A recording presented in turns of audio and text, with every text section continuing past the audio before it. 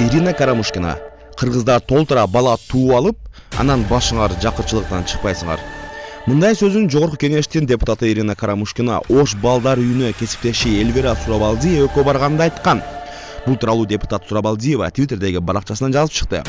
Орустарга барып мени дискриминирует деген эки жүздө кыргыздарды жаман көргөн Карамушкина аман эле болсун. Ош балдар үйүнө барып, азаттыктын көзүнчө кыргыздар толтура тууп алып, анан жакырчылыктан башыңар чыкпайсыңар деп айткан. Журналистти араң токтотком, дейт Эльвира Сурабалдиева. Урматтуу бул видеонун көрүүчү, урматтуу катталуучулар. Ирина Карамушкинанын Жогорку Кеңеште орду барбы? Өз ой пикириңизди бул видеонун астына талкууга калтырыңыз.